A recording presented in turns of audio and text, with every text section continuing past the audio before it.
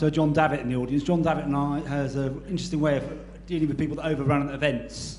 He throws camels at them.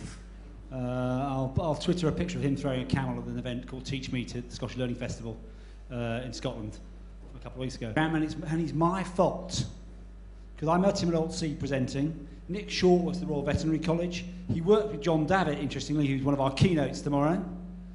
He was asking me how many people are going to be in the keynotes, and I said about 500 or 600, so John's very nervous now.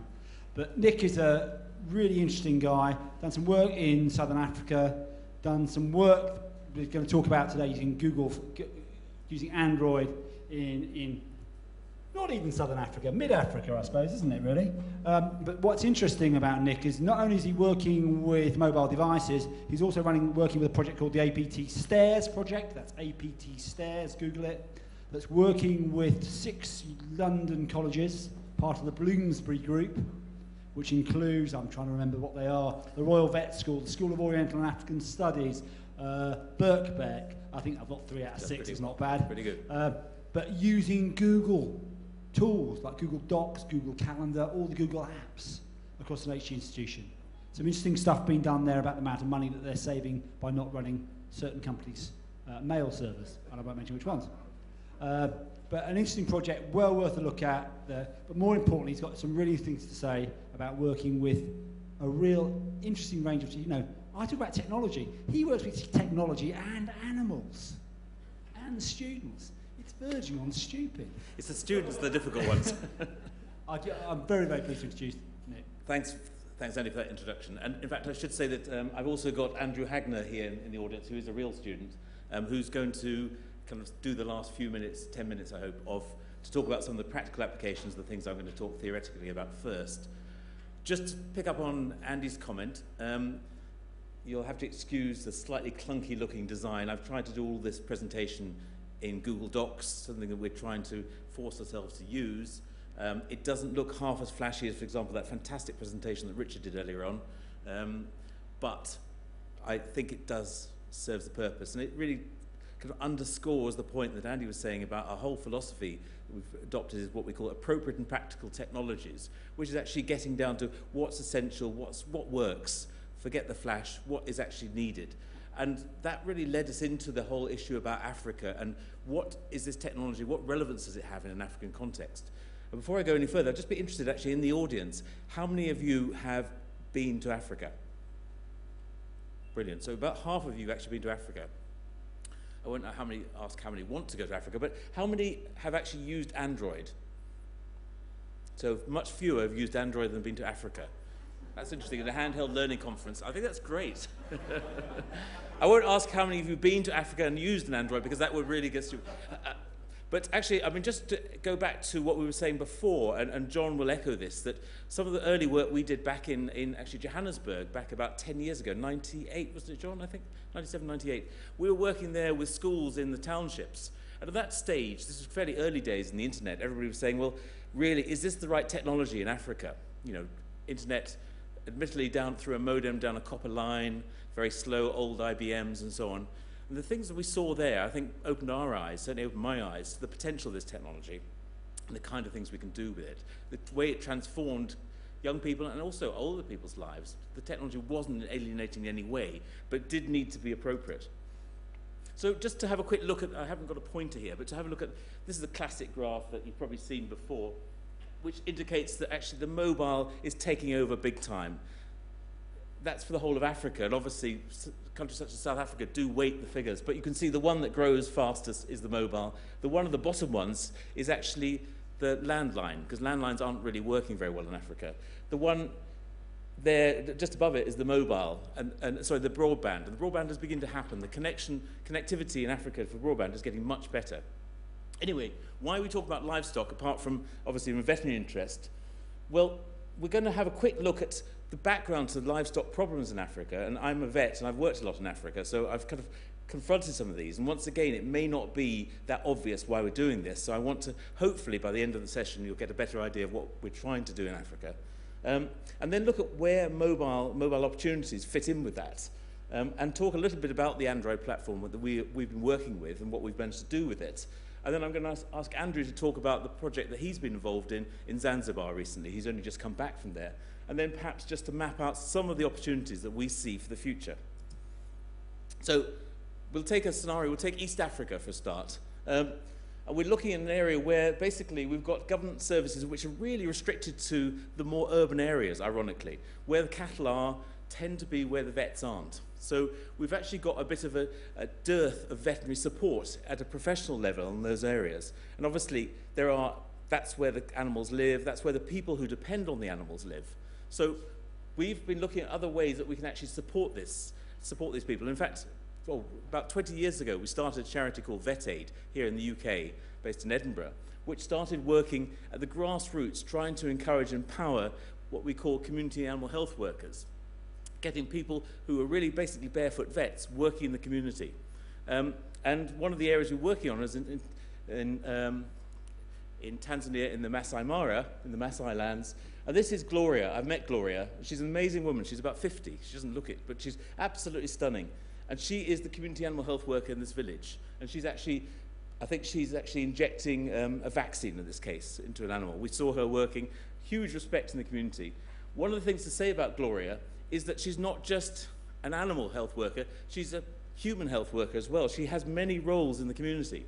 And this kind of actually underpins another thing that we're trying to do, which is this concept of global health or One Health. And a lot of the issues in Africa at the moment are to do with, we have a number of different services which are all overstretched. So we have the environmental issues, we have the livestock issues, we have the human health issues, we have the infrastructure issues. And the idea of actually starting to bring these together and use people like Gloria to actually have a multi-function sound good. But she's one person out in the middle of nowhere. So we've got to try and find better ways of communicating and coordinating her activities with a bigger picture, because as long as she's isolated in the Masai Mara, walking maybe 50 miles to get to the main office, we can't really do much in the way of creating a unified structure. So just to pick up on this, I don't know if you can see in this picture the little bit of 21st century technology in evidence there. Yeah. The mobile. And this has happened on its own accord. This is what's beautiful about this. We weren't involved in this process. We suddenly realized that all our community animal health workers were walking around with mobiles.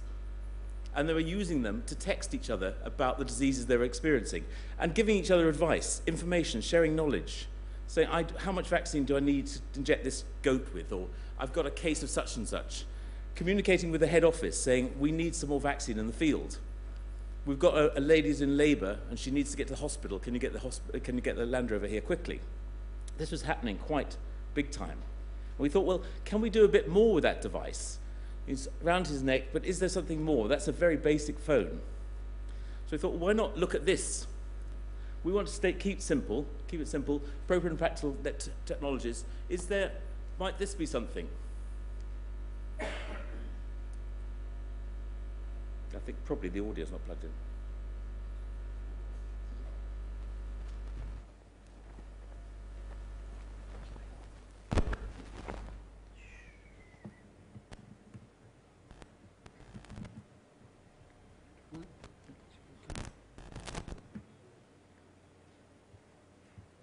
It doesn't matter, actually. You see, I should have kept it very simple. Stuck with the Google Docs, forgot about the videos. Don't worry, Andy, it's fine. That should be fine. It's okay, we'll leave it. So I'm just showing you the one of the Google phones that we've been using. And we've been working with Google.org in the States, creating a number of platforms to sit on this particular mobile. And they've given us a series of phones, and Andrew will show you probably a little bit more about what those phones can do. So that's available on there. So the attraction for us about the Android is that it's an open source platform, so you can actually develop for it. It's not owned by anybody. We can actually share it, and that also means that it's probably going to bring the price of phones down in future. At the moment, the handset is actually one of the limiting factors. The smartphone while it's a desirable asset in East Africa, is not actually an affordable asset, and that is a key issue. We're still based on very simple SMS. But the new phones coming out of China now, and we've got somebody who's just been looking out in Singapore, there's some fantastic new smartphones coming out running Android. There'll be a smartphone here in 2 weeks' time, which is the Pulse, which is going to sell at about £140. So we're seeing the price getting much more affordable. So I think it's a technology for the future. Of course, you know also it will sit on the netbook platform. We heard a bit more about netbooks earlier on, and I think the netbook is a very interesting platform to follow. Not the one laptop per child. This is rather different. Okay. Obviously, the phone has got all sorts of advantages. It works offline as well as online. So, well, I don't want to steal Andrew's glory, so I'll leave him to talk about that a little bit. And one of the areas that I'm particularly interested in is that it's an opportunity not only for us to kind of have communication and collaboration, but it is a media player, and it has the opportunity to play our podcasts and play our videocasts. So we can do all sorts of things with that device, and we've just started. And I think it's very, very exciting. So I'm going to hand over to Andrew now.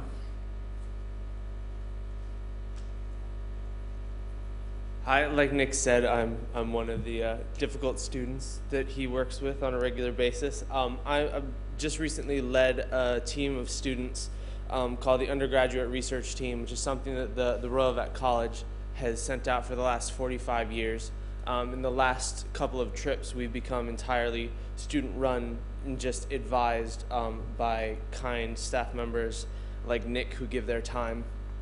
So we went out in August. There were 9 of us, and our project was on East Coast fever, which I won't bore you guys with the details with, but what's important for us and what our team's goal has always been is that East Coast fever costs Tanzania somewhere around estimated $250 million US a year in terms of the bottom line, and that's money that goes into the hands of the people who need it. This is our team, and in the middle is one of the local vets.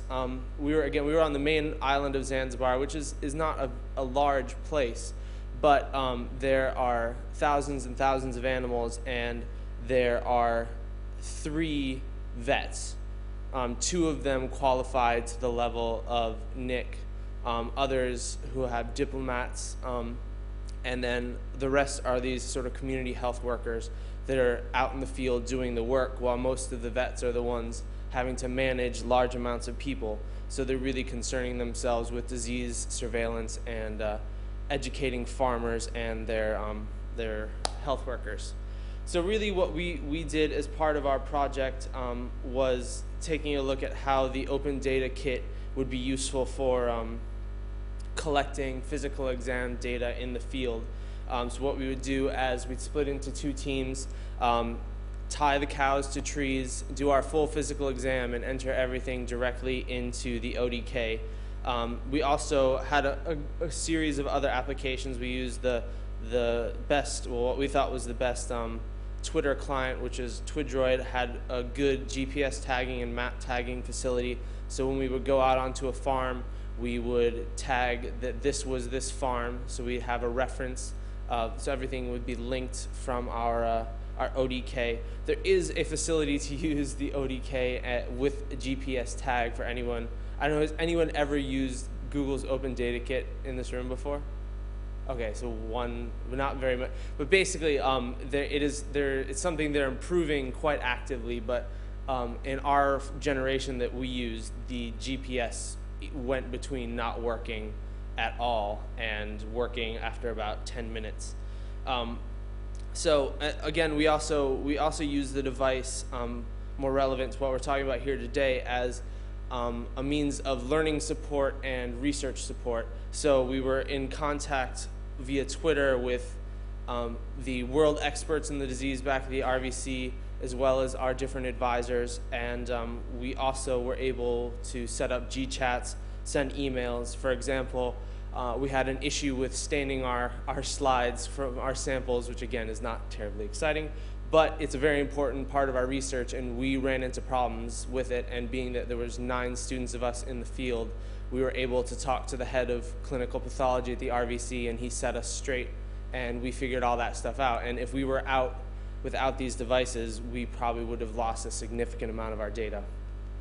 Also, we are a team that we raise all our money on our own. We raised over 18,000 pounds, and we have a lot of different donors that need to have a value, feel like they're getting value for their money. So we had a blog that we were able to update from the field on a daily basis with pictures from the phone. So that was also another way in which we could use the device as a two-way medium. It had a lot of advantages from a research aspect, a personal aspect, and a learning. It was much easier to take a 9-point physical exam and upload it to Excel via XML. We saved a lot of paper because we were out in we were out in the bush, so to speak. Also, as a team leader, I was able to send tweets out to all the phones in my group, even if we were in different parts of the field, and let them know something was going on or something needed to be done. And in addition, those things could be monitored back here in London. So that was quite useful for us. For example, our phone had run out of credit. It was all pay-as-you-go. It had run out of minutes and text, but I still had data available. So I had driven one of the vehicles way out on my own, trying to get back home in the wild of Tanzania. And so that's something that's really, there is coverage, but it's not something that can be relied upon. So it is very important that the Open Data Kit can be used without any connection to the internet. You save the forms and then you can send them all. So I could collect physical exam from 40 cows, a long way away from a signal, and then once I do come back into town, I can send everything immediately. Also does have the problem that if you're standing there with a piece of paper that's a survey or a questionnaire, you can ask them in whatever order is natural, but in the ODK, it's questions 1 through 9, so you have to go through. So sometimes you would we'd have a whole bunch of people around an animal, and they would call out something and say, oh, the lymph nodes are up, and that would be the 8th question down the line. So you'd have to go like this, and then there's a lot of that. So that's why you can see Tom here is working the Android, and he looks a little bit frustrated. But it's something you get used to, and you're able to it really has to do with planning there. Like Nick touched on before, there is the expense issue of the devices. There are about 80 animal health workers in Zanzibar, and you could probably could afford to pay for a quarter of their phones with what it would cost for one Android device. But they are using the phones quite a bit, so it's just a matter of, bringing the price down and getting these into the right people's hands. So we said, like Nick was talking about, really we see a big opportunity for this, especially as a learning device. That's something we've tested it out pretty well as a research tool. But what really, when we spoke with the vets there, what they were most interested in was the media functionality, the messaging functionality, the ability to send out a tweet, for example, to all 80 health workers saying this, an instance of the disease has been found here, or also just to be able to get feedback from them to find out what questions farmers are asking.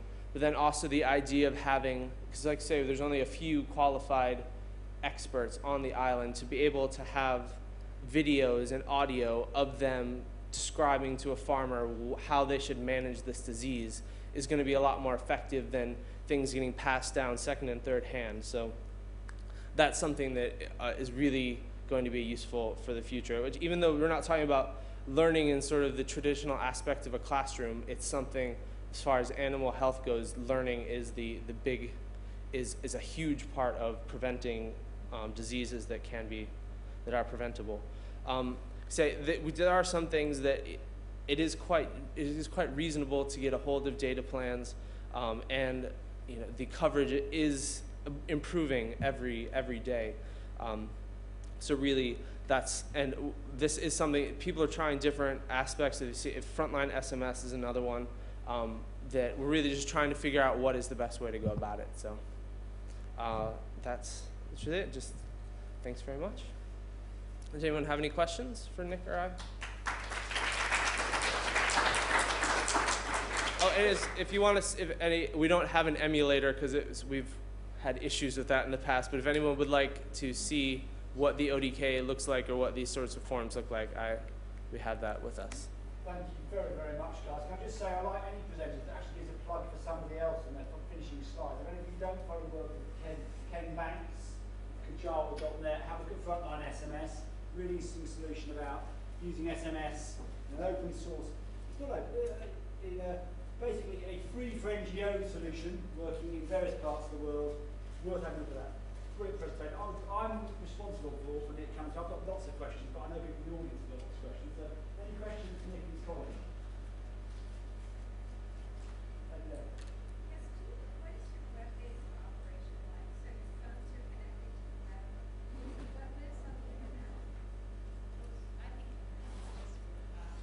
I think the question was, what's the web-based side of this operation? And just, I don't know if you can hear me, in response to that, there is a whole second side, as you're right, that actually the data we're collecting is aggregated and then can be published into the cloud onto a kind of Google map, essentially. And we haven't shown you that because it's very early days for us, but there are examples that we saw some last week where that data is actually created into a kind of Google Earth chronological map where you can watch diseases spread and move. So the kind of things we're interested in are zoonotic diseases, things like swine flu, for example, avian flu. These are huge risks for humans, as you know. And we can actually look at exactly the village, let alone the house, where these outbreaks have been occurring from the maps we've got. So it's pretty amazing.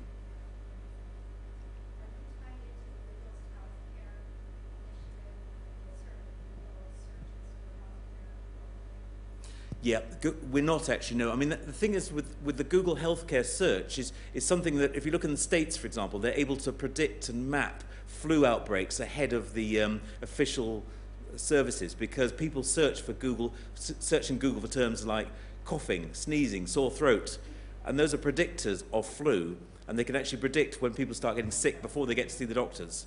So, but in Africa, we haven't got that same level. But the kind of SMS healthcare that on the last slide is trying to do something similar with text. Can't really go into it today, but it's worth looking at. Any other questions? All of the data that you collected in your example was by your team, right? Wasn't it like user generated from the health workers in the field? We trialed that to a degree when we were out in the field. We would, because we always had a health worker with us as a facilitator with the farmer, so we rotated roles on a few occasions.